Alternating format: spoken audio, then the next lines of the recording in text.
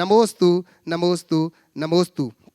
अब चलते बंधुओं, प्रथम प्रश्न के लिए मैं महाराज श्री के चरणों में कोटि से वंदन करते हुए निवेदन कर रहा हूँ। महाराज श्री, कई लोग अपनी शंकाओं को भेज रहे हैं और शंकाओं का समाधान पाकर के अपने जीवन को भी धन्य कर रहे हैं। हमारे बीच में जिन्होंने शंका भेजी है, राजेश जी जैन आरआई जय विद्या परिवार गोपालगंज से, उन्होंने नमोस्तु निवेदित करते हुए कह रहे हैं, महाराज श्री गुरुवर, पेंसिल और रबड़ का संयोग अद्भुत है। पेंसिल जो गलत लिखती है, रबड़ उसे मिटा देती है, और गलतियों को मिटाने खुद को मिटा देती है। गलतियों को मिटाने के लिए खुद को मिटा देती है। इससे हमें जीवन में क्या राह मिलती है, क्या संदेश मिलता है, कृपया हमें संबोधन दीजिए। पेंसिल और रबर के संबंध के विषय में कहा, पेंसिल से लिखा जाता है और गलत हो जाने पर रबर उसे मिटाती है, लेकिन उसे खुद को भी मिटना पड़ता है। आपने पूछा है इसमें संदेश क्या है। मुझे इसमें एक ही संदेश समझ में आता है कि दूसरों की गलतियों को वही सुधार सकता है जो उसको दिल से प्यार करता है। जिसके हृदय में प्यार होता है वो सामने वाले के लिए सब कुछ वारने को तैयार होता है। रबर को घिसना पड़ता है। अगर तुम्हारे मन में सच्चे अर्थों में किसी के प्रति प्यार होगा तो तुम्हारे मन में उसकी गलतियों को देखकर द्वेष नहीं, घृणा नहीं, अपितु उसे सुधारने का भाव होगा। और जो प्रेम स्नेह से बंधकर जीता है वो सामने वालों की गलतियां सुधारता है, और जिसका हृदय प्रेम शून्य होता है वो सामने वाले की गलतियां निकालता है। संत कहते हैं, गलतियां निकालो नहीं, गलतियां सुधारो। सीमा मनोज जी जैन राजनांदगांव से नमोस्तु निवेदित करती हुई कह रहे हैं कि गुरुवर, एक गुरु या उपदेशक श्रोताओं को उपदेश देते हैं टन भर और श्रोता ग्रहण करते हैं मन भर, अपने जीवन में लागू नहीं करते हैं कण भर। कृपया इसे कैसे लागू करें, समाधान कीजिएगा। इसके लिए फुर्सत नहीं, क्षण भर। आगे चलो लीजिए। वहीं महाराज श्री मयूरी गिरीश जी जैन रीठी कटनी से नमोस्तु निवेदित करते हुए कह रहे हैं कि जो जैसा है उसके साथ वैसा रहना सही है, या हम जैसे हैं उसके साथ वैसा रहना सही है, कृपया समाधान करें। जो जैसा है उसके साथ वैसा रहना सही है, या हम जैसे हैं उसके साथ वैसा रहना सही है। इस विषय को थोड़ा व्यापकता से समझना चाहिए। व्यक्ति को वैसा ही रहना चाहिए जैसा वो है, पर सामने वाला जैसा उसको वैसा स्वीकारने के लिए भी तैयार होना चाहिए। हम जब सामने वाला जैसा है उसे स्वीकार नहीं पाते तो हमारे मन में अनेक प्रकार की उथल पुथल और विसंगतियाँ उत्पन्न होने लगती हैं। यदि हमारे अंतरंग में ऐसी वृत्ति आ जाए कि सामने वाला जैसा है हम उसे वैसा स्वीकार ले, तो हमारे लिए कोई व्यक्ति बुरा नहीं लगेगा, हर व्यक्ति में अच्छाइयाँ दिखेगी। तो जो जैसा है उसके साथ वैसा व्यवहार करने का आशय ये होना चाहिए कि जो जैसा उसको हम वैसा स्वीकार करके उसके साथ उसी तरह का वर्तन करें, लेकिन अपनी मौलिकता को कभी खंडित ना करें। हम जैसे हैं अपने आप को वैसे ही बनाकर और बेहतर बनाने की कोशिश करें। संजय सीमा मोदी बाकल से नमोस्तु निवेदित करते हुए कह रहे हैं, महाराज श्री, बहुत समय पड़ा है, यही वहम सबसे बड़ा है। ज़्यादातर मेरे और मेरे जैसे अनेक लोगों की यह सोच रहती है, तो गुरुदेव इस वहम को मिटा करके आगे बढ़ने का क्या मार्ग है, कृपया समाधान करें। बहुत समय पड़ा है, यही वहम बड़ा है।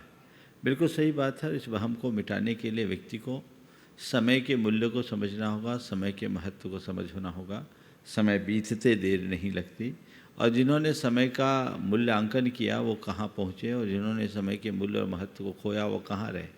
यदि हम इन बातों पर नज़र डालेंगे तो हमें न केवल समय के मूल्य का बोध होगा, अपितु समय के प्रबंधन का कौशल भी प्राप्त होगा।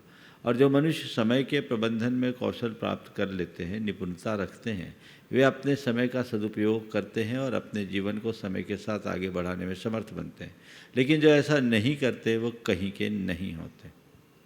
सोनम मोदी पुणे से गुरुवर नमोस्तु निवेदित करते हुए कह रहे हैं कि गुरुवर, पवित्रता, धैर्य और उद्यम, यह तीनों गुण व्यक्ति अपने अंदर कैसे लेकर के आए, क्योंकि इंसान हमेशा अपनी अनैतिकता को पवित्रता, अपने आलस्य को टालने की क्षमता को अपना उद्यम और अपनी कायरता को धैर्य कहते हैं। कृपया समाधान करें। पवित्रता, धैर्य और उद्यम कैसे आए? अपने क्या पवित्रता के लिए क्या बोला इन्होंने नीचे? इन्होंने कहा है क्योंकि इंसान हमेशा अपनी अनैतिकता को पवित्रता, अनैतिकता को पवित्रता, आलस्य को उद्यम और कायरता को धैर्य। देखिए, सबसे पहले पवित्रता, उद्यम और धैर्य, इन तीनों के अर्थ को हम समझेंगे, तभी कहीं हम इस प्रश्न का सही उत्तर ढूंढ पाएंगे। पवित्रता है क्या? चित्त की निश्चलता, आचार, विचार और व्यवहार में सच्चाई की प्रतिष्ठा, ये जब तक नहीं है तब तक पवित्रता नहीं है। पवित्रता कोई वेशभूषा नहीं है, पवित्रता अंदर की परिणति है। जो भीतर से पवित्र होता है, जिसके मन में निर्मलता होती है, जिसके जीवन में सच्चाई होती है, वही कुछ आगे करेगा। तो सच्चे अर्थ में जो पवित्र है, उसके जीवन में अनैतिकता तो आ ही नहीं सकती। तो अनैतिकता अगर कहीं है तो अपवित्रता है। वो बात भले कहे, उसके द्वारा पवित्रता का स्वांग होगा, पवित्रता नहीं। तो अपने आप को पवित्र बनाने के लिए मनुष्य को सबसे बड़ी जरूरत है स्वयं के प्रति ईमानदार बनने की। सत्यनिष्ठ हो, सच्चाई से जुड़े अपने अंदर, तब अच्छाइयाँ अपने आप आएगी। मैं तो कहता हूँ, दूसरों के साथ लोग बेईमानी बाद में करते हैं, खुद के प्रति लोग बेईमान ज़्यादा होते हैं। अपने प्रति हम ईमानदार बने, नंबर 1। दूसरी बात आपने कहा, आलस्य को ही उद्यम कहते हैं। ये हमारी बड़ी कमजोरी है। उद्यमहीनता कभी नहीं होना चाहिए। उद्यम का असली अर्थ क्या है? जो सतत अपने लक्ष्य को पाने के लिए उत्साहित बना रहे। और जब मनुष्य के हृदय में अपने लक्ष्य के प्रति उत्साह जगता है, उसके प्रति उत्साहित होता है, तो कदम दर कदम उसका पुरुषार्थ अपने आप प्रकट होता है। जिस मनुष्य के हृदय में कोई उत्साह नहीं होता, वही आलसी बनता है। तो सबसे पहले दृढ़ लक्ष्य हो, और फिर उस लक्ष्य की प्राप्ति का परम उत्साह। ये दोनों बातें अगर अच्छे से जुड़ जाए तो जीवन में अपने आप उद्यम घटित होगा। तीसरी बात, धैर्य। धैर्य के लिए क्या बोला? आलस्य को नहीं, अपनी कायरता को ही धैर्य। कायरता धैर्य नहीं है। धैर्य एक बहुत बड़ी शक्ति है, सहन शक्ति है। वह वही कर सकता है जो अपने जीवन के प्रति सकारात्मक हो। किसी घटना, किसी प्रसंग या किसी परिस्थिति से प्रभावित होकर प्रतिक्रिया करने में महानता नहीं है, अपितु विषम से विषम स्थितियों में भी अपनी स्थिरता बनाए रखकर उसको पचाने की सामर्थ्य विकसित करने का नाम धैर्य है। तो धैर्य बहुत बड़ा गुण है, जो सबको पचाने में समर्थ हो, सबको समाने में समर्थ हो, सबको सहने में समर्थ बना दे, वह गुण धैर्य गुण है। तो हमें अपने जीवन में इन तीनों को लाने के लिए सतत स्वयं को उत्साहित रखना चाहिए। और भावना योग यदि व्यक्ति करे तो मैं समझता हूँ ये तीनों गुण उसमें एक साथ जुड़ सकते हैं।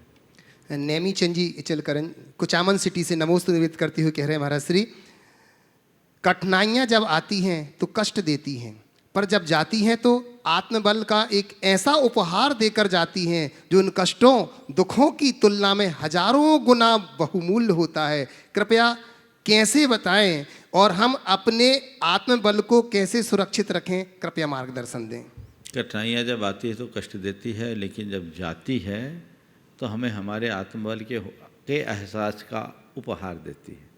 आपने पूछा है अपने आप को, अपने आत्मबल को कैसे बनाएं। तो मैं तो ये कहता हूँ अपने अतीत की सारी कठिनाइयों को सामने रखो और उस कठिनाइयों से जूझने के उस जज्बे को देखो और कठिनाइयों को बीत जाने के बाद की अनुभूतियों को सामने रखो, तो मैं समझ में आएगा कि ये कठिनाइयाँ जो चुनौतियाँ बन के मेरे सामने आई और मेरे जीवन में किस प्रकार एक उपलब्धि के रूप में ढल सकी। तो हम उस कठिनाइयों को जीतने में, कठिनाइयों को पार करने में समर्थ होंगे, हमारा आत्मबल बढ़ेगा। साथ ही ऐसे लोगों के जीवन चरित्र को पलट कर देखें जिनका जीवन घोर कठिनाइयों से घिरा रहा, लेकिन जो अपने साहस, संबल और धैर्य के बल पर अपने जीवन को ऊंचाइयों तक पहुंचाएं, उनको हम सामने देख करके चले तो हम ये सब चीज़ें बहुत अच्छे से संपन्न कर सकते हैं और कठिनाइयों को सहने का, कठिनाइयों का सामना करने की सामर्थ्य भी विकसित कर सकते हैं। प्रवीण जी सिंगई गढ़ा कोटा जिला सागर से नमोस्तु निवेदित करते हुए कह रहे हैं, महाराज श्री हमारे जीवन में संकल्प का क्या महत्व है, वह हमें संकल्प लेने के पूर्व किन किन बातों पर विचार करना चाहिए एवं हम कोई संकल्प लें और उसे पूरा कर सकें, इस दिशा में सूत्र प्रदान कीजिए। नमोस्तु गुरु। देखिए, संकल्प सिद्धि का आधार। नीतिकारों ने कहा है, सर्व संकल्प वशात भवतिर लघुर भवती वा महान। इस संसार में कोई व्यक्ति अगर लघु होता है, महान होता है, तो वह उसके मन के संकल्पों के कारण होता है। संकल्प में वह शक्ति है जो वादियों में गुलाब खिला सकती है, पाताल से पानी निकाल सकते। हम उस शक्ति को पहचाने। बहुत बड़ी ताकत है मनुष्य के मन के संकल्प में। अगर वो कोई बात ठान ले तो अपने जीवन को बहुत ऊंचा उठा सकता है। अब संकल्प अच्छा भी होता है, बुरा भी होता है। मन के शुभ संकल्प से जीवन का उत्कर्ष होता है और अशुभ संकल्प से, दुष्ट संकल्पों से मनुष्य का पतन होता है। तो सबसे पहली बात तो हम संकल्प लें, संकल्पी बने, पर दुःसंकल्पी नहीं, शुभ संकल्पी बने। वही संकल्प ले जो स्वपर के हितकारी हो, ऐसा संकल्प न लें जो सारे संसार के विनाश का कारण बने। तो शुभ संकल्पों से अपने मन को जोड़े जो हमारे जीवनोत्थान का आधार है। और फिर जब शुभ संकल्पों से अपने आप को जोड़े तो फिर अपने संकल्पों में दृढ़ रहें, उन्हें लचीला न बनाएं। संकल्प स्वयं के साथ की गई एक प्रतिज्ञा है, स्वयं के साथ किया गया एक कमिटमेंट है। अपने आप के लिए मैंने जो वचन दिया है, मुझे उस वचन को पूरी तरह से निभाना है। वो मेरा संकल्प वज्र होना चाहिए, वज्र संकल्प। जो एक बार वचन दे दिया वो वचन टूटना नहीं चाहिए। कई लोग हैं जिनका संकल्प बड़ा लचीला होता है, इधर संकल्प लेते इधर तोड़ देते, बाद में कहते क्या करे टूट गया। अब टूटा है या तोड़ा है तो भगवान जाने या वो खुद जाने, लेकिन तोड़ने के लिए नहीं, अपने जीवन को अटूट बनाए रखने के लिए संकल्प लेना चाहिए। और जो हमने संकल्प लिया है उसको अगर हम दृढ़तापूर्वक निभाने में तत्पर होते हैं तो वह सब कुछ हासिल किया जा सकता है जिसके हम हकदार हैं या जिसकी हम अपेक्षा रखते हैं। गुरु शिष्य दोनों जा रहे थे। रास्ते में एक चट्टान पड़ी। गुरु ने पूछा, ये बताओ इस चट्टान से कठोर कुछ है? तो एक शिष्य ने कहा, गुरुदेव इस चट्टान से भी कठोर एक लोहा है। बोले क्यों? लोहा है जो इस चट्टान को भी टुकड़े टुकड़े में बांट सकते। तभी दूसरे शिष्य ने कहा कि गुरुदेव मुझे लोहे से भी ज़्यादा कठोर अग्नि दिखती है जो इस लोहे को भी गला देती है। तीसरे ने कहा, गुरुदेव मुझे अग्नि से भी ज़्यादा कठोर पानी दिखता है जो उसे बुझा देती है। चौथा बोलने ही वाला था कि चौथा बोला कि मुझे गुरुदेव मुझे पानी से भी कठोर हवा दिखती है जो पानी को भी उड़ा देती। पांचवा कुछ बोलने ही वाला था कि गुरु ने सबके बीच हस्तक्षेप करते हुए कहा कि वत्सों, इन सब से बड़ा है मनुष्य के मन का संकल्प जो चट्टान को तोड़ सकता है, जो लोहे को गला सकता है, जो अग्नि को बुझा सकता है, जो पानी को उड़ा सकता है और जो हवा को भी बांध सकता है वो मनुष्य का संकल्प है।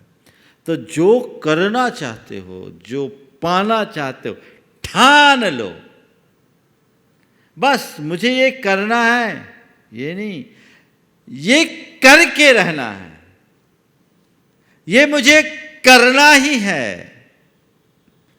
जब तक मनुष्य के मन में ये दशा नहीं होती, एक प्रकार की ये जिद है जो उसे एक बहुत बड़ी उपलब्धि में तक पहुंचा सकती है। लेकिन ये तभी जब संकल्प अच्छा हो। अच्छे संकल्प से मनुष्य अपने जीवन को ऊंचा उठाता है और बुरे संकल्पों से मनुष्य का पतन आता है। इसलिए अच्छे संकल्पों का ध्यान हमें रखना चाहिए। एक प्रसंग और याद आ रहा आज के संदर्भ में, बहुत अच्छा है। एक व्यक्ति एक ऐसे बियावान जंगल में फंसा जहाँ चारों तरफ सूखे पेड़ थे, गर्मी का समय था, दूर उसे एक हरा भरा पेड़ दिखाई पड़ा। वो उस पेड़ की छाया में गया, विश्राम किया, उसे बहुत राहत की अनुभूति हुई। प्यास के मारे उसका कंठ सूखा जा रहा था। तभी उसके मन में विचार आया, कितना अच्छा होता यहाँ थोड़ा सा पानी मिल जाता था। सोचना ही था कि उसके पास शीतल पेय आ गए। उसने पानी पिया। पानी पीने के तुरंत बाद उसे थोड़ी भूख की वेदना सताने लगी। उसने कहा, क्या बढ़िया होता यदि कुछ खाने का इंतजाम होता। देखते ही देखते उसके सामने 56 भोग आ गए। जी भर करके खाया। समझ गए? 56 भोग समझते हो? सब एक से एक आइटम आ गए। जी भर करके खाया। खाने के बाद थकान सताने लगी, सुस्ताने की इच्छा हुई। उसने कहा, क्या अच्छा होता कि अगर कुछ सोने का इंतजाम होता। देखते ही देखते वहाँ सेज बिछ गई।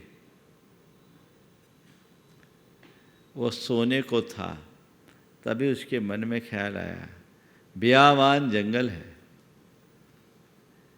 मैं सो रहा हूँ, मुझे नींद न लग जाए, कहीं अंधेरा ना हो जाए। उसे नींद लगने लगी, अंधेरा छाने लगा। उसने कहा, अंधेरा छा रहा, कहीं शेर ना आ जाए। देखते देखते सामने से शेर आता दिखाई पड़ा। शेर को आता देख घबराया, बोला, शेर आ रहा है, मुझे खा ना जाए। कहते हैं शेर आया और उसे खा लिया। ये एक काल्पनिक कहानी है, लेकिन इसका कथ्य बड़ा सत्य है। उस व्यक्ति को ये पता नहीं था कि वो जिस पेड़ के नीचे बैठा वो पेड़ कोई साधारण पेड़ नहीं, वो कल्पवृक्ष था। और कल्पवृक्ष के बारे में कहा जाता है, जैसी उसके नीचे मनुष्य जैसी कामना करता है उसे वो मिलता है। काश उसे पता लगता और ये समझता कि मैं अपने जिस संकल्प से शेर को बुला सकता हूँ, उसी संकल्प से शेर को वापस लौटा भी सकता हूँ। ये पता होता तो बच गया होता। मन का दुसंकल्प उसका पतन कराता है, तो मन का सत्संकल्प उसे ऊंचा उठाता है। संकल्प ही नर को नारायण बनाता है और संकल्प ही नर को नारकी बनाता है। सब कुछ मनुष्य के संकल्प के ऊपर निर्भर करता है। नीरज जैन दिल्ली से नमोस्तु निवेदित करती हुई कह रहे हैं महाराज श्री कि मैं शेयर मार्केट में ट्रेडिंग करता हूँ। क्या जब हम किसी ऐसी कंपनी में इन्वेस्ट करते हैं जो कंपनी नॉनवेज का व्यापार करती है, जैसे बर्गर किंग नाम की एक कंपनी है जो बर्गर का व्यापार करती है जिसमें वेज और नॉनवेज दोनों होते हैं, तो क्या हमें भी जीव हत्या का दोष लगेगा?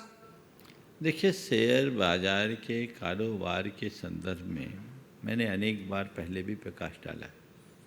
शेयर बाजार का जो कारोबार है वह एक कारोबार भी है और एक जुआ भी है। अगर शेयर बाजार में लोग फ्यूचर फाटका आदि करते हैं तो ये विशुद्धतया जुआ है, जो कतई उचित नहीं, और ऐसे लोग कब सड़क पर आ जाए कहा नहीं जा सकता। इसलिए प्रथमतया मैं ऐसे लोगों को सलाह दूंगा कि इससे बचें। पर शेयर बाजार में जो निवेश है वो एक प्रकार का इन्वेस्टमेंट है, कारोबार है, लेकिन वह तभी जब आप केवल डिलीवरी वेस्ट कार्यक्रम करें, लें और बेचें। आपने किसी भी कंपनी में अपने पैसे का निवेश किया, कंपनी ने आपको कमा करके कुछ दिया, वो आपके फ़ायदे में रहा, तो इसका निषेध नहीं है। अगर इस रीति से लोग काम करें तो एक कारोबार है और बहुत लोग करते हैं और इसमें बहुत अच्छा लाभ भी लोगों को मिलता है। मैं इस व्यापार के लिए कभी निषेध नहीं करता, लेकिन शेयर बाज़ार में ऐसा काम मत करना कि रोज़ रोज़ तुम चार्ट ही देखते रहो और अपनी नींद ऊपर नीचे करते रहो कि कब ग्रीन हो गया, कब रेड हो गया, और इधर ग्रीन रेड चलते चलते तुम्हारे यहाँ भी बत्ती जल रही है और बुझ रही है। वो घटना चाहिए, उससे बचाए। पर इन्वेस्टमेंट करते समय 2, 3, 4 बातों का ध्यान व्यक्ति को रखना चाहिए। सबसे पहले ये देखना चाहिए कि मैं किस कंपनी में अपना निवेश कर रहा हूँ। जिस कंपनी में निवेश कर रहा हूँ उसका प्रोडक्ट क्या है, कंपनी करती क्या है। यदि उस कंपनी में किसी भी प्रकार की हिंसा के से संबद्ध उत्पाद हैं तो उस कंपनी को हाथ जोड़ लेना चाहिए, क्योंकि आप उसमें इन्वेस्टमेंट करोगे तो उसके पाप का हिस्सा तुम्हारे खाते भी आएगा। इसलिए ऐसी कंपनी में 1 पाई का इन्वेस्टमेंट मत करना। नंबर 1 कि कंपनी करती क्या है, उसकी प्रोफाइल देखो। फिर दूसरी बात, ऐसी कंपनी में पैसा लगाओ जो कमा रही हो। जो खुद कर्जे में चढ़ी है तो तुम्हें डूबती नाव पर सवारी करोगे तो गए काम से। इसे भी देखना चाहिए। और तीसरी बात, ये निवेश है तो निवेश तभी करना चाहिए जब तुम्हारे पास सरप्लस हो। जो सरप्लस हो उसको निवेश करो। लालच में आकर सब लगा दोगे तो कहते शेयर बाजार है, कब ऐसे और कब ऐसे हो जाए पता नहीं, पता लगा सड़क पर आ जाओगे। और कभी कर्जा लेकर के मत करना। कई लोग अभी पिछले साल जब शेयर बाज़ार बहुत उछाल पर आया, एक युवक बहुत परेशान सा आया, उसे कहीं से कोई इन्फॉर्मेशन मिल गई एक कंपनी विशेष की कि ये कंपनी बहुत चलेगी, बहुत पैसा, और बताया वो सर्किट पे थी महाराज जी, रोज़ चल रही थी। तो मुझे लगा कि इसमें तो फ़ायदा ही फ़ायदा है, 2-4 महीने में हमारे वारे न्यारे हो जाएंगे, 1 के 4 होंगे। उसने लोगों से लोन लेकर के पैसा लगा दिया और मामला नीचे गिर गया, वो खुद सड़क पर आ गया। ऐसा कभी नहीं करना। एक बात सदैव ध्यान रखना, व्यापार में लालच नहीं होना चाहिए, लगन और उद्यम होनी चाहिए। समझ के साथ व्यापार होना चाहिए। आप किसी भी प्रकार के व्यापार को करें। तो शेयर बाजार के संबंध में जो आपने पूछा, मैंने अपना दृष्टिकोण प्रकट किया।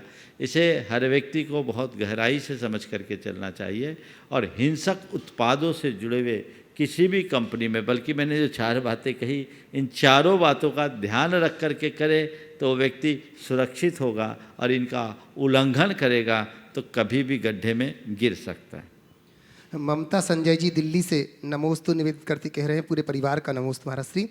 अपने गुरु के प्रति राग और धर्म के प्रति, भगवान के प्रति लगाव अर्थात प्रशस्त राग क्या बंध का कारण है? घर में रहते हुए घर के कार्यों में मन नहीं लगता और मंदिर में गुरु की तरफ भागता है, तो क्या सही है महाराज? देखिए, अपने धर्म के प्रति राग और गुरु के प्रति लगाव, लगाव है शब्द, भक्ति क्या है? शब्द क्या कहा? अपने धर्म के प्रति, अपने गुरु के प्रति राग और धर्म के प्रति, भगवान के प्रति लगाव, हाँ।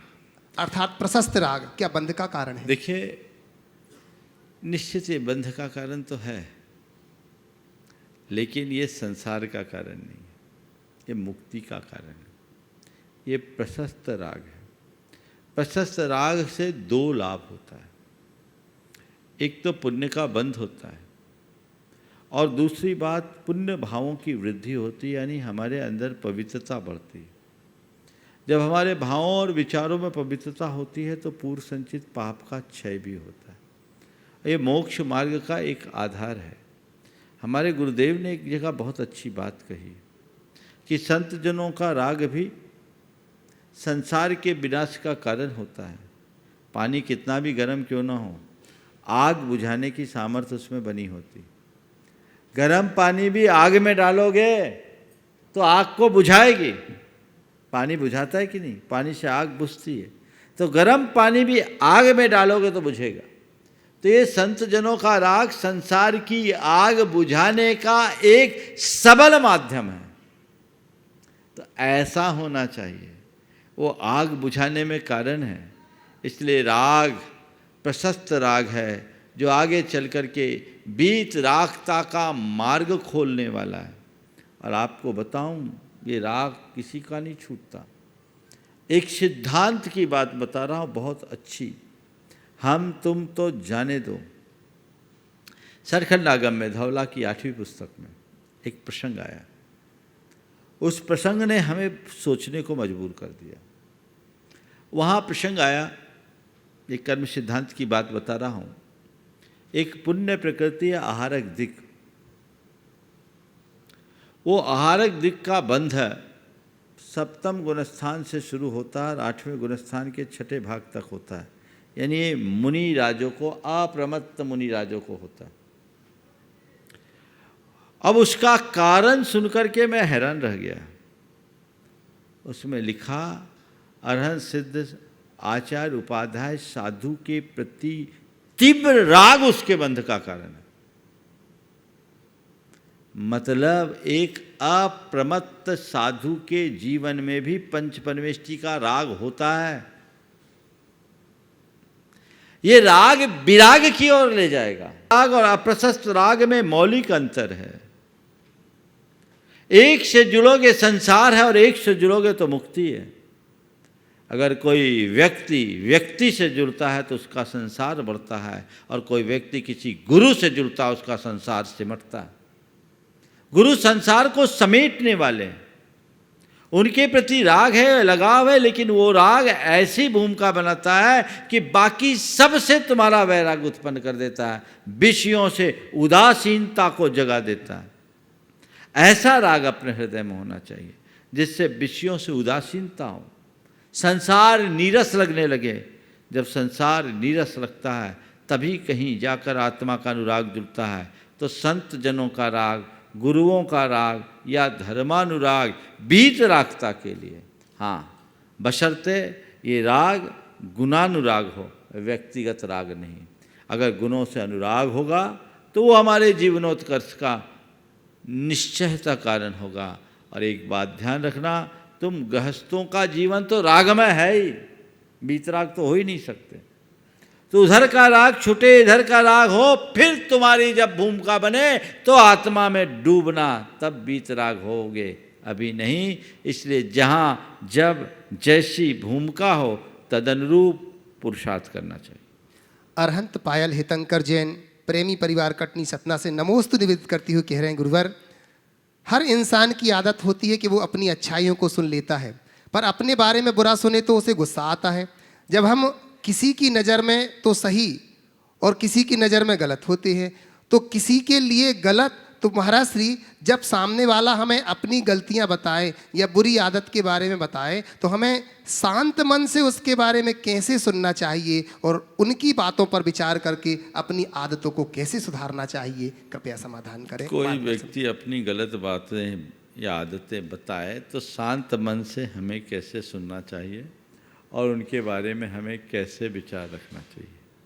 देखिए, बात केवल इतनी है कि अगर कोई व्यक्ति गलत बात बता रहा, अपनी आदत, अपनी दुर्बलता, अपनी कमजोरी बता रहा है, तो हमें ये मान करके चलना चाहिए कि गलतियां हर किसी से होती है, दुर्बलताएं हर किसी से होती है, मुझ में भी है, मुझ में भी कमियां हैं। दूध का धुला इस संसार में कोई नहीं है, एक भगवान ही है जो सर्वगुण संपन्न है।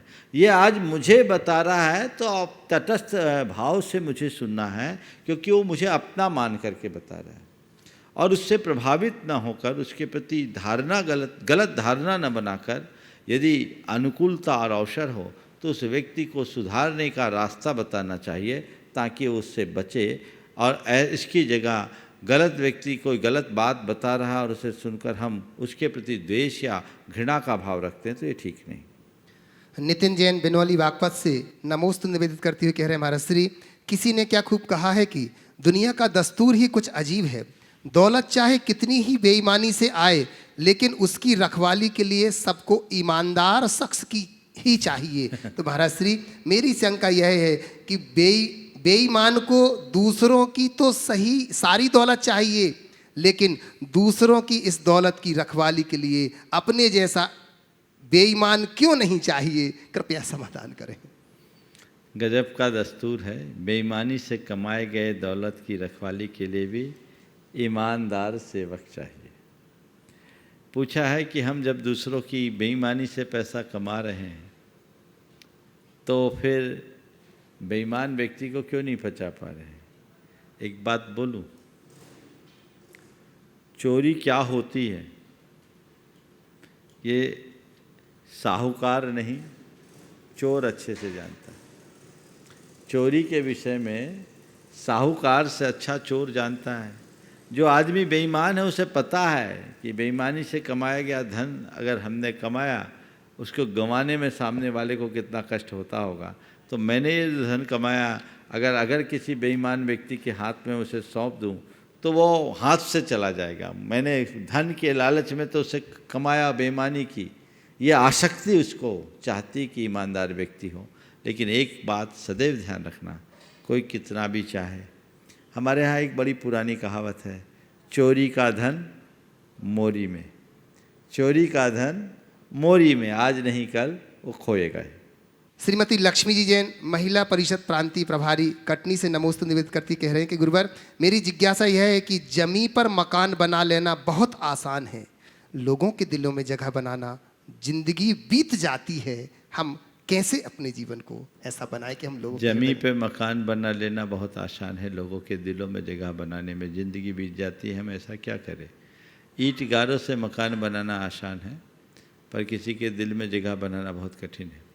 पर मैं ये कहता हूँ, जैसे एक एक ईंट को जोड़ करके मकान बनाया जाता है, वैसे ही व्यक्ति को अगर व्यक्ति जोड़े तो दिलों में भी जगह बना सकते हैं। मकान को बनाने के लिए पैसों की ज़रूरत होती है और दिल में जगह बनाने के लिए प्रेम की ज़रूरत होती है। यदि तुम्हारे हृदय में प्रेम है तो तुम्हें मकान बनाने की ज़रूरत नहीं है, और तुम्हारा मन प्रेम शून्य है तो तुम कितना भी मकान बनाओ किसी काम का नहीं। तो दिल में जगह बनाने के लिए अपने हृदय में प्रेम बढ़ाओ।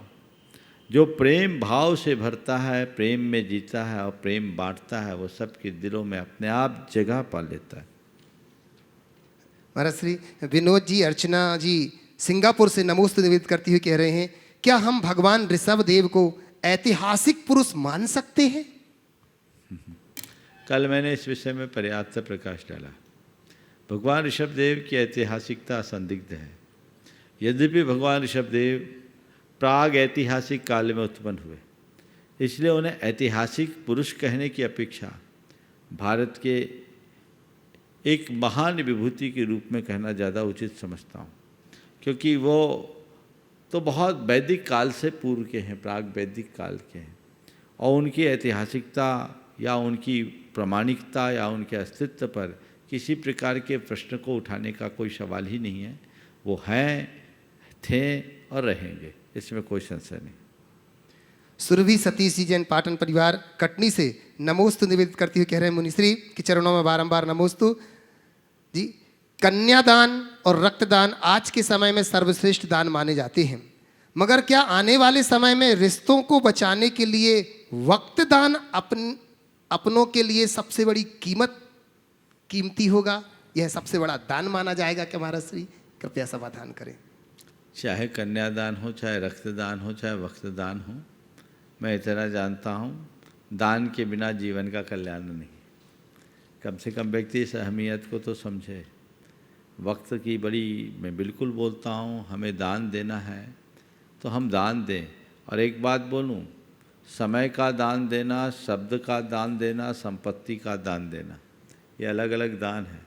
अगर व्यक्ति समय का दान देता है तो एक बहुत बड़ी बात है और इसकी ज़रूरत है। हमें और दान दें या न दें, ये दान जरूर देना चाहिए। श्रुति जैन सिवनी से नमोस्तु निवेदित करती हुई कह रही, महाराज श्री जीवन में सही समय कभी नहीं आता, जब आप शुरुआत कर देते हैं वही सही समय होता है। यह बात अपने मन को कैसे समझाएं? कृपया समाधान करें। और इसके बाद तैयार रहेंगे हमारी लता जी के दोनों बेटे पोते। जीवन में सही समय कभी नहीं आता, जब आप तैयार होते हैं वही सही समय होता है। यह बात अपने मन को कैसे समझाएं? अपने पिछले अनुभवों को दोहराएं। और जब हम अपने पिछले अनुभवों को दोहराते हैं तो ये बात हमें सहज समझ में आने लगती है। तो बार बार हम अपने अनुभवों को दोहराएंगे तो ये बातें हमारे जीवन में अपने आप आएगी। चलिए, यहाँ पर प्रत्यक्ष मौजूद हैं रम्यक गंगवाल एवं अरहत गंगवाल, गुणायतन मंत्री, हमारी लता जी के दोनों पोते। और उसके बाद निवेदन करूँगा प्रेमी जी से।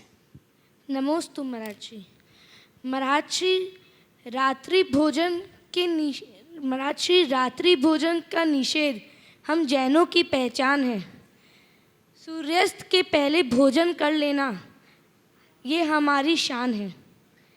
मेरे कहने का मतलब है महाराज जी, हमारा उद्देश्य है कि रात में अग्नि ना जलाए जिससे जीव जंतु की मरण हो। पर महाराज जी आजकल बहुत लोग रात का आइटम खाते हैं गैस चलाकर, तो महाराज जी उससे अच्छा तो हम सुबह बनी हुई रोटी खा लें।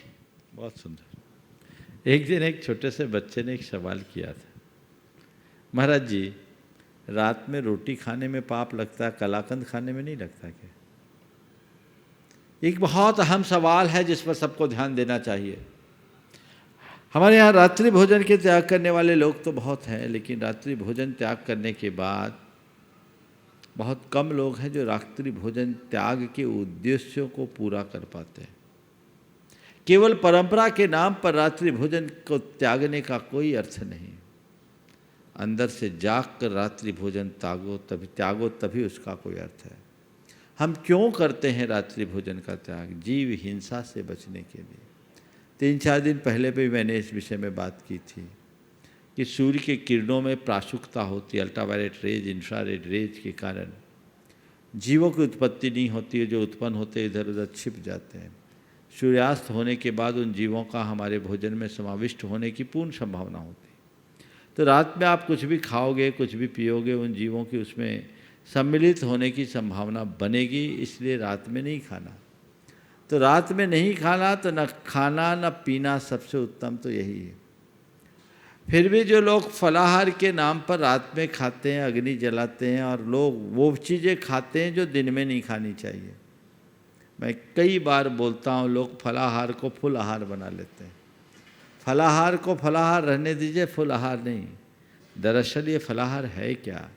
फलाहार तो केवल उस समय के लिए है कि किसी दिन में भोजन नहीं हो सका, तकलीफ़ हो रही है, भूख सहा नहीं जा रहा है, पेट को आधार देने के लिए 2 केले खा लिए, 1 सेब खा लिया, थोड़ा सा ड्राई फ्रूट खा लिया, 1 गिलास दूध पी लिया, काम चला लिया। रात निकल गई, सुबह हो जाएगी।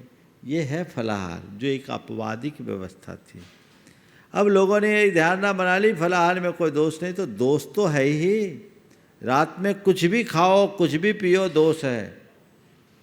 जैनी लोग रात्रि भोजन के त्याग के बाद आलोचना के शिकार इसलिए बनते हैं क्योंकि रोटी नहीं खाते, माल खाते हैं। तो एक जगह तो एक सज्जन ने कहा, जैनियों को बुलाना बड़ा महंगा है। बोले क्यों? बोले उनके लिए और आइटम बनाने पड़ते हैं जो बहुत महंगे होते हैं। क्यों? और वो तो ऐसे भी जो भी रात में प्रोसेस करते हैं, आप लोग प्रायः उसमें कंदमूल होते हैं जो दिन में नहीं खाते हैं, और कोलेस्ट्रॉल बढ़ाने वाले होते हैं, प्रायः फ्राई आइटम होते हैं, तले फले होते हैं, जो बिल्कुल हानिकारक है शरीर के लिए, स्वास्थ्य के लिए भी। इसलिए मेरी सबसे सलाह है कि रात्रि भोजन को निष्ठा से त्यागो। रात में पेट को खाली रखो। और अब तो विज्ञान इस बात में पूरी तरह सम्मति देता है। रात को इंटरमीडिएट मील के बारे में समझे लोग, क्या उसके विषय में नोबेल प्राइज मिला है। भोजन के बीच में गैप होना चाहिए। शाम को भोजन भी कर ले, फिर फलाहार भी कर ले, और सोते सोते खाए। पता नहीं नींद भी खा लेते हो तो आश्चर्य नहीं। ये चीज़ें ठीक नहीं हैं। लोगों को इससे बचना चाहिए। अपनी सेहत के प्रति अगर आप जागरूक रहना चाहते हैं तो आप रात्रि भोजन से बचे, रात्रि भोजन का परित्याग करें ही, और ठान ले कि हमको कुछ नहीं छोड़ना। मैं अपनी बात बोलता हूँ, मैंने जब पहली बार गुरुदेव को आहार दिया था तो रात्रि भोजन त्याग दिया था। रात्रि भोजन त्यागने के बाद जैसा सब लोग करते हैं तो पेड़े वेड़े खा लेते थे, खिला देते थे, हम भी खा लेते। फलाहार का त्याग नहीं है। एक बार चर्चा में बात हुई तो गुरुदेव ने कहा कि रात्रि भोजन त्यागा और रात में फलाहार भी खा रहे हो तो आसक्ति कहाँ गई? मैंने उस दिन के दिन से फिर रात में पानी पीना भी बंद कर दिया। आसक्ति जानना चाहिए। हालांकि उस समय मेरा ये विचार नहीं बना था कि मुझे इधर आना है, लेकिन उसी समय मुझे बात बैठ गई कि छोड़ा है तो उसकी आसक्ति भी जानी चाहिए। तो मैं सभी से कहता हूँ, जो लोग रात्रि भोजन के त्यागी हैं वे दिन के उजाले में भोजन करें, रात में कुछ न खाएं। खाएं तो आपात स्थिति में खाएं, और वह भी रात की प्रोसेस की भी चीज़ न खाएं। दिन में प्रोसेस की हुई चीज़ खाएं, हल्की फुल्की चीज़ें खा करके काम चला लें तो बहुत अच्छा होगा। नमोस्तु। नमोस्तु महाराष्ट्री। महाराष्ट्री, अब तो लोगों को सिर्फ ब्रांडेड चीज़ों के ही चीज़ से देखा जाता है। मेरे कहने का मतलब है कि किसी के पास आईफोन है तो हम लोग बोलेंगे क्या लड़का है, ये तो कितना पैसे वाला है, इसके पास तो आईफोन है। किसी के पास ब्रांडेड कपड़ा है जैसे रेमंड का, तो बोलते हैं लोग कि वाह क्या कंप्लीट लड़का है, इसके पास तो रेमंड जैसे ब्रांड का कपड़ा है। और कोई कोई लाइन में कोई बच्चा या फिर कोई लोग बोल दे, इंग्लिश वर्ड बोल दे, तो बोलते हैं क्या एजुकेटेड पर्सन है। तो मेरे कहने का मतलब है महाराष्ट्री, क्या हम सिर्फ ब्रांडेड चीज़ें से और पैसे से ही दिखते हैं कि ऐसे भी दिखते हैं? बहुत सुंदर। देखो, मैं तो ये कहता हूँ सब चीज़ें ब्रांडेड हो गई, मुझे तो लगता है अब कफन भी ब्रांडेड होने लगे, है ना। मर जाएगा तो कफन भी ब्रांडेड आएंगे क्या। ये आज के कंज्यूमरिज्म का प्रभाव है, उपभोक्तावादी सोच का प्रताप है, और व्यक्ति को इस मानसिकता से बदलना, ऊपर उठना चाहिए। मनुष्य का मूल्य उसके तन के कपड़ों से नहीं, उसके चरित्र से होना चाहिए। कोई व्यक्ति चाहे कितना भी ब्रांडेड कपड़े क्यों न पहने या ब्रांडेड गैजेट्स अपने पास क्यों न रखे, अगर उस व्यक्ति का चरित्र खोटा हो तो कब उसकी बैंड बज जाए कोई पता नहीं, होता है ना। चरित्र उज्जवल होना चाहिए। मुझे स्मरण आ रहा है वो प्रसंग, जब विवेकानंद जी भारत से बाहर धर्म प्रचार के लिए गए अमेरिका में, विश्व धर्म संसद शिकागो में उनके वक्तव्य के बाद उनकी प्रसिद्धि हो गई थी। एक पत्रकार उनसे मिलने की ललक लेकर के पहुंचा। ट्रेन से उतरे, देखा तो विवेकानंद जी तो बिल्कुल भगवा कपड़ों में थे। उनके कपड़ों को देख करके कहा, अच्छा आप हो मिस्टर विवेकानंद? बोले हाँ। आप हो मिस्टर विवेकानंद? बोले हाँ। बोले अच्छा, मैंने तो सोचा था कि विवेकानंद कोई सूटेड बूटेड जेंटलमैन होंगे, आप तो एकदम साधारण से कपड़े पहने हो, क्या यही आपका कल्चर है? आप तो एकदम साधारण से कपड़े पहने हो, क्या यही आपका कल्चर है? विवेकानंद जी ने जो बात कही वो तुम्हारे सवाल के उत्तर के लिए बहुत बड़ा आधार बनेगा। विवेकानंद जी ने कहा, हाँ बड़ा फर्क है आपके और हमारे देश के कल्चर में। आपके देश का कल्चर आपके कपड़ों से चलता है और हमारे देश का कल्चर हमारे चरित्र से बनता है। आपके कपड़ों को एक टेलर तक सिल देता है, पर हमारे चरित्र को सिलने के लिए हमारे सद्गुरु का जीवन भर का तप लगता है, तब हम कर पाते हैं। समझ गए?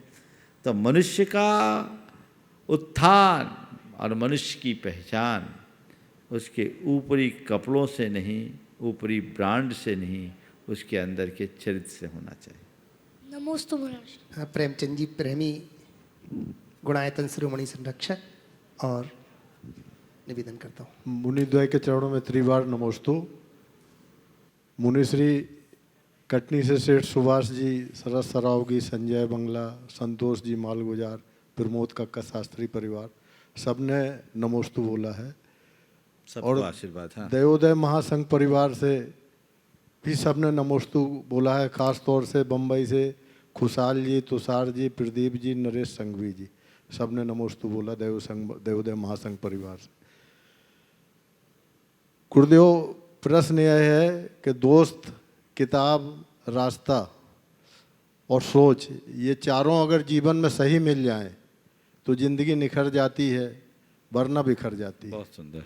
तो गुरुदेव, सही दोस्त, किताब और रास्ता की पहचान कैसे करें, और सोच की, सही सोच की परिभाषा क्या होनी चाहिए? गुरुदेव मार्गदर्शन। बहुत सुंदर, बहुत सुंदर। पहले तो मैं सबको आशीर्वाद देता हूँ जिनका आपने उल्लेख किया, और बहुत अच्छी बात है। एक बार तो प्रेमी जी का अभिनंदन आप लोग करो इस बात के लिए कि अभी कुछ दिन पहले ही इन लोगों ने पूरे 4000 थे ना, 2000 गोवंश की अभी रक्षा की है, जिनकी तस्करी हो रही थी।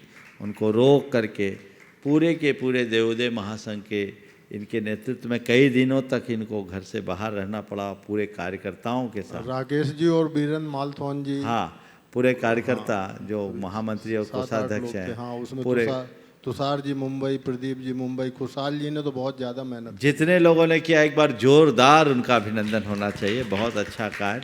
2000 गोवंश को जीवित बचाना और उन्हें विभिन्न गौशालाओं में संरक्षण दिलवाना, ये बहुत महनीय कार्य है। और इसके लिए मैं प्रेमी भाई, उनके साथ सभी आपके खुशहाल जी, वीरेंद्र, राकेश, तुषार और जिनका आपने नाम उल्लेख किया, सभी कार्यकर्ताओं को आशीर्वाद। और जिन गौशालाओं में आपने गोवंशों को पहुंचाया, उस सारे गौशाला के कमेटी के पदाधिकारियों को मेरा बहुत बहुत आशीर्वाद है। धनौरा गौशाला में गोवंश वो सुरक्षित हुआ है। पूरे 2000 वही हैं। 2000 ने वो 2000 कुछ तो किसानों के पास हैं। अच्छा। जो 400 हम लोगों को मिले थे वो धनौरा गौशाला। बहुत सुंदर। ये बहुत बहुत आशीर्वाद है सभी के लिए। अब रहा सवाल, आपने बहुत अच्छी बात कही, दोस्त, किताब, रास्ता और सोच यदि अच्छी हो जाए तो ज़िंदगी निखर जाती है, अन्यथा बिखर जाती है। सवाल अच्छे दोस्त, अच्छी किताब, अच्छे रास्ते के चयन का है और अपनी अच्छी सोच को अच्छी बनाने का है। सबसे पहला सवाल, माने एक सवाल में आपके 4 सवाल हैं और मैं पूरा उत्तर इसका देता हूँ। मैं समझता हूँ बहुत उपयोगी सवाल है, हो सकता है शेष समय पूरा आपके इसी सवाल में हो। अच्छा दोस्त, अच्छा मित्र किसको कहेंगे? अच्छा मित्र वो नहीं जो आपके गले में हाथ डाल करके चले, जो आपकी हर बात में हाँ मिलाए। अच्छा मित्र वो है जो आपको अच्छे मार्ग में लगाए और बुराई से बचाए।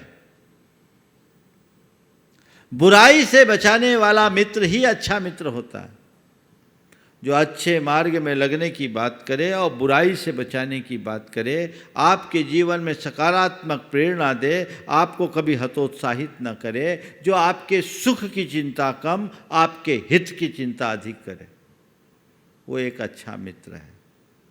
जो व्यक्ति आपकी हर बात में हाँ मिलाता है, वो कभी अच्छे मित्र के रूप में नहीं गिना जा सकता।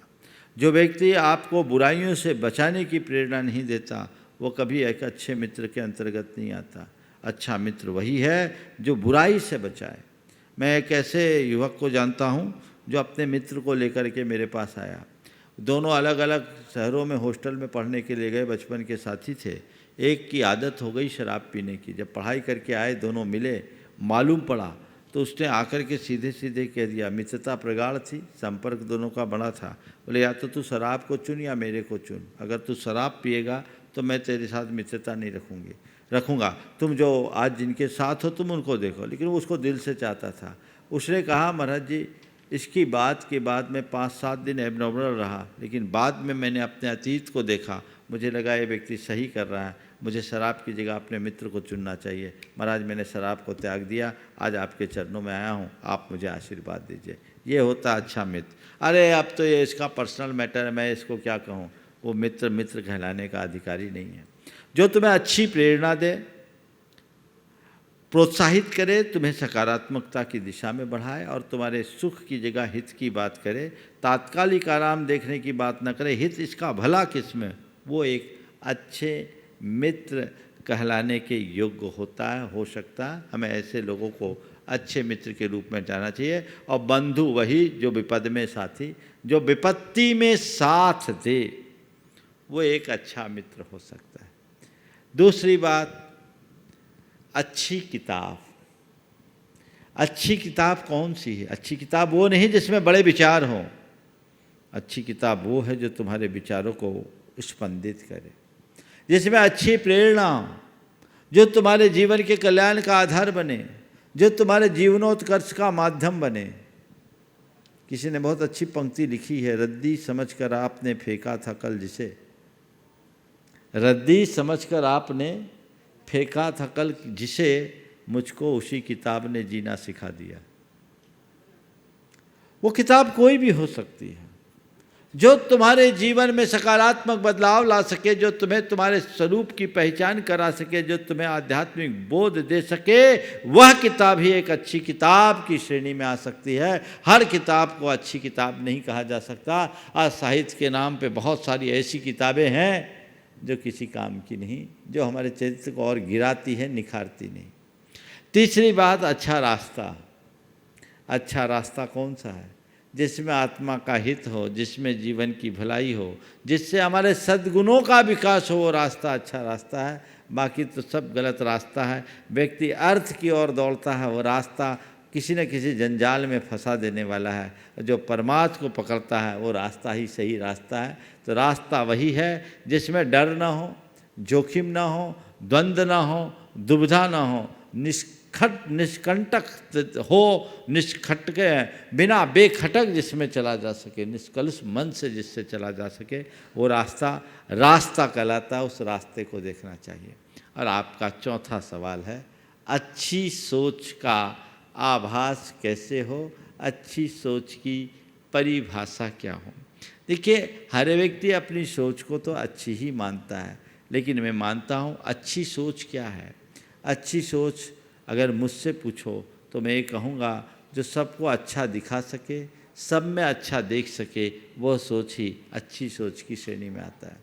जो बुराई में अच्छाई देख सके, वह सोच अच्छी सोच की श्रेणी में आने लायक है। आप चीज़ों को किस एंगल से देखते हैं? अगर जीवन में सकारात्मकता है तो वह सोच अच्छी सोच की श्रेणी में आएगी, और नकारात्मकता है तो वो सोच अच्छी सोच की श्रेणी में नहीं आ सकती। आप कैसा सोचते हैं चीज़ों को देखकर, वो आपको देखना चाहिए कि क्या देखते हैं। एक व्यक्ति की सोच को पकड़ने के लिए वो IAS का इंटरव्यू दे रहा था, और उससे पूछा गया कि आप रात के 12 बजे घर गए और आप देख रहे हैं कि आपकी बहन नग्न अवस्था में आपके मित्र के गोद में खेल रही हैं, आप क्या करोगे? उसने कहा, मैं अपने मित्र को धन्यवाद दूंगा, मैं अपने मित्र को धन्यवाद दूंगा। बोले क्यों? बोले इसलिए कि मेरी बहन अभी 1.5 साल की है, अगर वो नग्न खेल रही होगी तो मेरे भाई, मेरा मित्र उसे खिला रहा है, वो मेरे लिए अच्छी बात है।